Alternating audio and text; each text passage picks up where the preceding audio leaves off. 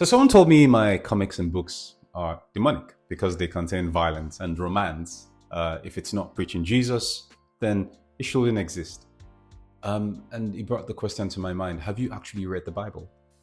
Because if creating art with violence and lust and morally complex characters makes me unholy, then Moses and King Solomon and the guys who wrote Kings and Judges are probably burning in hell right now. And that's a problem. Well, I'm JC Nova. I'm an entrepreneur, father, and yes, I'm a Christian who creates books and comics and scripts and stories and what some people will see as unholy material. So in the next 8 minutes, I'm going to show you why sanitized Christian art may be actually less holy and less Christian than the raw, honest storytelling you find in scripture itself, and why this matters way more than just comics and books. See, I have a scene in one of my series where a supernatural evil woman seduces a man specifically to use him as body armor, as a human shield.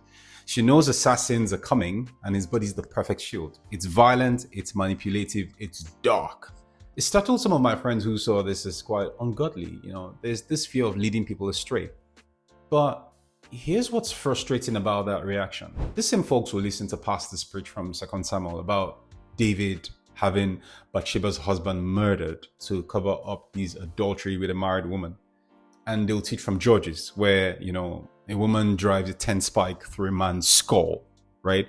The story of Jael, if you're familiar with that story. But God forbid if I tell a story that reflects the actual complexity of human nature. The deeper problem here isn't really about comics, if you think about it. It's really about Christian culture and how that sometimes produces boring art, weak men, and faith that just cannot engage with reality. And I'll prove it to you using the Bible itself. Here's the issue. Somewhere along the line, Christians got confused about the difference between celebrating evil and acknowledging its existence. A good start to think about is that 66% of Protestant Christian young adults leave the church by age 22, and that's according to Lifeway research. You know why kids raised in the church abandon their faith the second they hit the real world? Because we've given them a Disney version of Christianity, and that just crumbles the moment that they encounter actual human dark complexity.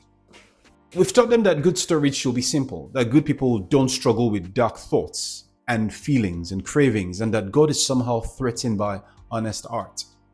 Meanwhile, the Bible itself reads like Game of Thrones with better character development, I must say. Think about it. Abraham lies about his wife being his sister twice. Jacob literally wrestles with God and wins.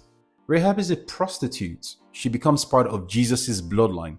The Songs of Solomon is so sexually explicit that some people say Jewish scholars will not let you read it until you are mature, around say the age of 30. But somehow books and comics about moral complexity is the problem. So in the next 2 minutes, I'm going to tell you the exact moment that I realized that Christian art has become like an oxymoron, and why that's destroying our ability to reach the very people that Jesus died for. Let's get theological for a second. What is art supposed to do? It's supposed to reveal truth. It's supposed to show us something about the human condition, about reality, about the world God created, including the parts that are broken. Art without darkness can't reveal light. So when we sanitize our stories, we're not protecting people from evil. We're lying to them about what evil actually looks like. And when you lie to people about what the evil looks like, they can't recognize it when it shows up in their own lives. I'll argue that that is not holy. I'll argue that is actually negligent, if you think about it.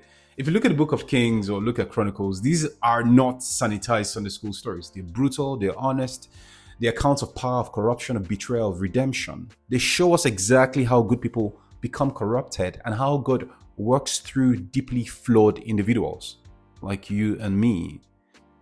God is not afraid of difficult stories. He's not threatened by complex characters or messy situations. God uses them within the framework of a broken world. So my comics and books are not trying to celebrate evil. They're trying to show how evil operates so people can recognize it. They're showing how supernatural forces manipulate human desires, how power corrupts, how even well-intentioned people can become complicit in darkness. That's not unholy. That may be prophetic. And disconnects to something bigger that most Christians completely miss. And if we don't fix it, we're going to lose an entire generation to ideologies that are not afraid to handle and tell hard truths. Here's what sanitized Christian art has given us. It's a culture where the most compelling stories about good and evil, sacrifice and redemption, moral complexity, spiritual warfare are told by Marvel and Disney and HBO. We handed the cultural narrative to people who don't even believe in absolute truth in some scenarios. We are the Christian creators that are shown what supernatural evil actually looks like in a world that thinks demons are just metaphors and fancy characters. The world is starving for stories that take good and evil seriously. They want narratives that acknowledge that the spiritual dimension of reality is really real without dumbing it down or sanitizing it. And we're giving them flannel boards and veggie tales. Think about it. So here's how I approach creating authentic Christian art. And these principles apply whether you're writing, content, or you're parenting, or you run a business and so on.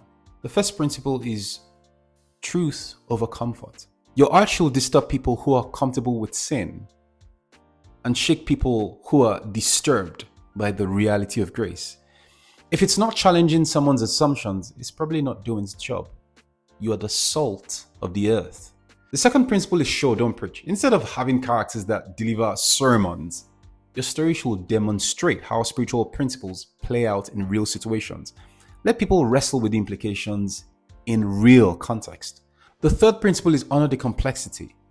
God's story includes prostitutes and murderers and adulterers and cowards, and he redeems them without erasing their stories. The stories are there for a reason.